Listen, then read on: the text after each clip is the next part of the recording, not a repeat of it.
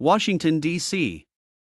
A startling 517,000 new jobs were created by American firms in January, a startlingly large increase in spite of the Federal Reserve's strenuous efforts to restrict growth and contain inflation by raising interest rates. 3.4% is the lowest unemployment rate it has been since 1969. The government report released on Friday strengthened the case for a labor market that is durable, with low unemployment, few layoffs, and numerous job vacancies, even though the majority of experts predict a recession is on the horizon. Although beneficial to employees, companies' constant need for labor has accelerated pay increases and raised inflation levels. The government on Friday raised up its estimate of employment increases in November and December by a combined 71,000, in addition to the explosive job growth it announced for January. Last month, more Americans also started working. The percentage of adults who were employed or actively seeking employment, also known as the labor force participation rate, increased to 62.4%. Though still much below pre-pandemic levels, that was the highest level seen since last March. Employers are still looking for new hires while clinging to the ones they already have.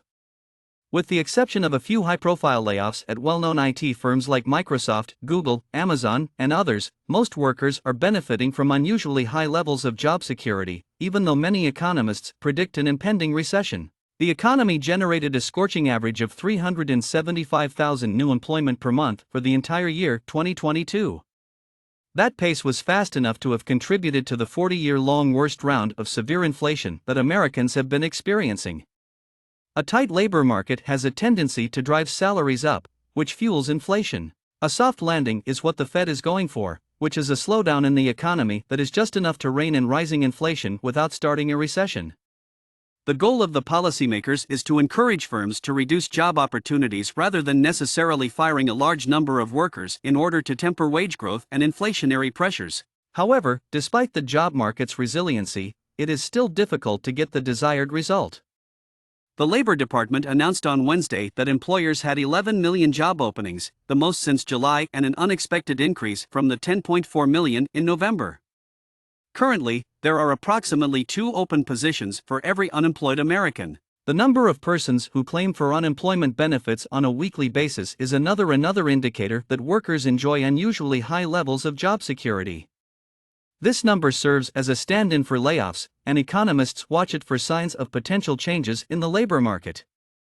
The number of unemployment claims dropped last week to its lowest level since April, the government reported on Thursday. Despite a constant supply of newsworthy layoff announcements, the rate of applicants for unemployment benefits has stayed at an all-time low.